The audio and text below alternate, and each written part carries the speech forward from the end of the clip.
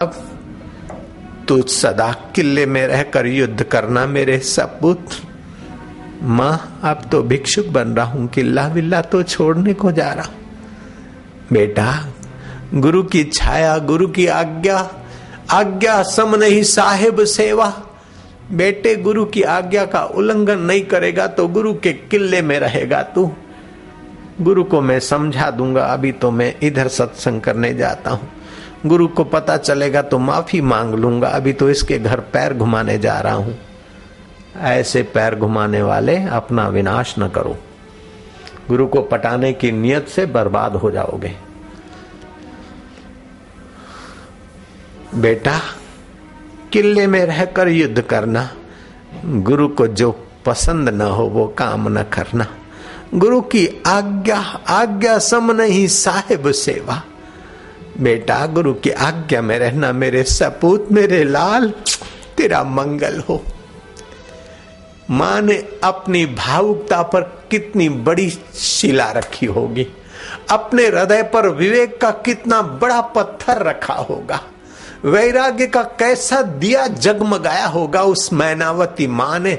है कोई ऐसी भारत की मां तो मेरा उसके चरणों में प्रणाम है। धन्य है ऐसी माता।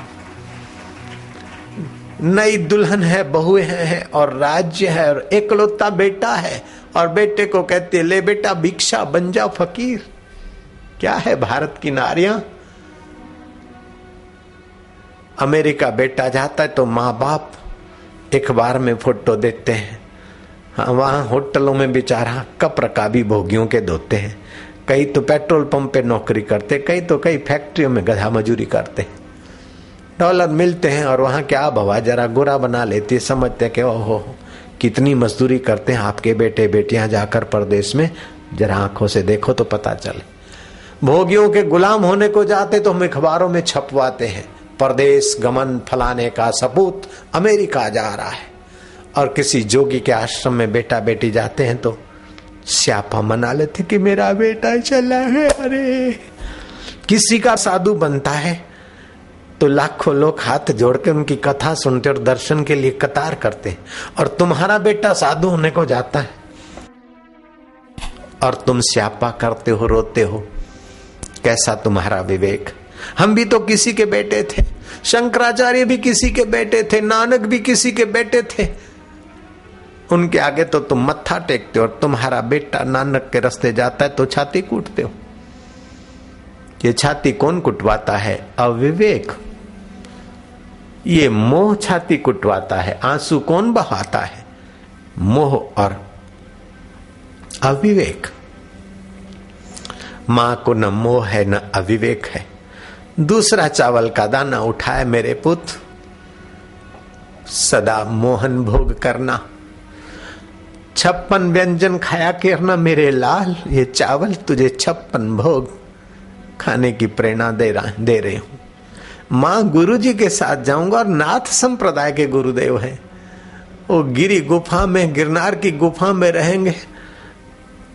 वो कंडों का तो धूणी होगी, लक्कड़ और कंडों के, और उसमें आटा गोल गूंद के और बाट बना के सेक के खाते। माँ रूखा सूखा खाने को मिलेगा, तू बोलते 56 भोग खाए हो। माँ ये कैसे हो सकता है? मेरे लाल खूब भूख लगे ना तभी खाएगा तो वो प्रसाद 56 भोग का काम करेगा, तुझे पच जाएगा, पुष्टि देगा। बेटा बिना भूख के खाना नहीं। स्वाद के लिए चलो खीर बनिए, ठास के खा ले, पूरी खा ले, भंडारा खा ले। ऐसा जो करते हैं उन बाबाओं की नकल ना करना मेरे बेटे। मोहन भोग खाना, खूब भूख लगे तब खाएगा तो रूखा सूखा तेरे लिए अमृत का काम करेगा। कैसी है मां और कैसा बेटा, उसका आदेश सिर आंखों पे रखता है। मां ये तीसरे चावल का मतलब मेरे लाल, सदा सहजा पर शयन करना। बोले मां तेरे तो एक एक चावल का रहस्य अद्भुत है। सहजा पर शयन करूंगा। गिरी गुफा में तो लिपण किया, और वो भी पत्थर की गुफा में तो सीधा लेवल भी नहीं होता मां, मैंने जहां तक सुना है। और सहजा पर शयन करूंगा। बेटे ध्यान भजन करके खूब थकेगा तो ऐसी नींद आएगी जैसे सहजा पर। कई लोग सहजा पर एयर कंडीशन में सोते फिर भी छटपटाते रहते, नींद नहीं आती, लेकिन थके होते तो बेचारे फुटपाथ पे भी सहजा का सुख ले लेते हैं। माँ के 3 चावल लेकर गोपीचंद गया।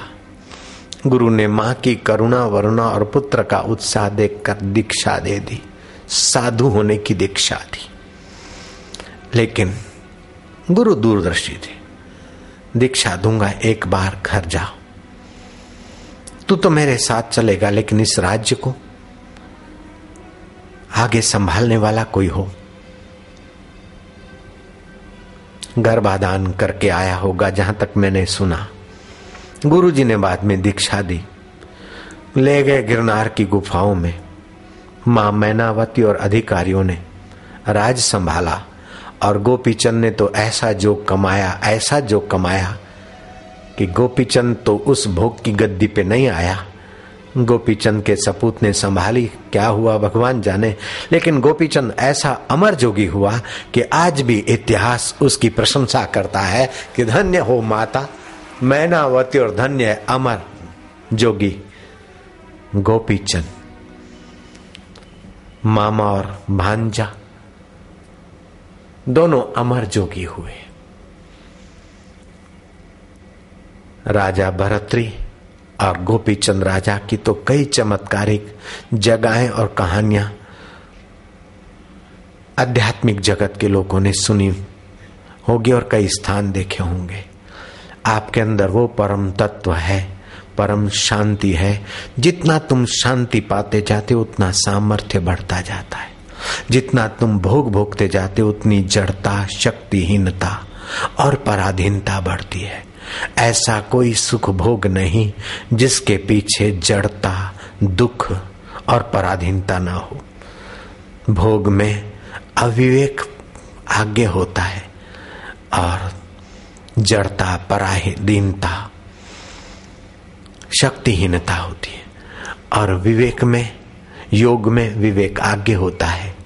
दया, क्षमा, इंद्रिय निग्रह, सदाचार, परोपकार आदि सद्गुण होते हैं। ये सद्गुण उस देव से मिलाने वाले हैं, इसलिए इन्हें देवी गुण कहा जाता है। ये सद्गुण उस देव परमात्मा के हैं, इसलिए इसे देवी गुण कहा जाता है। और दुर्गुण, दुराचार, वासना के हैं, इसलिए इन्हें आसुरी स्वभाव कहा जाता है। मनुष्य का हृदय 70 वर्ष की उम्र तक 2,250 करोड़ बार, अर्थात 70 वर्ष की उम्र तक मैंने सुना है 2,250 करोड़ बार धपकता है। सऊदी अरबिया 8,30,000 वर्ग मील में फैला है।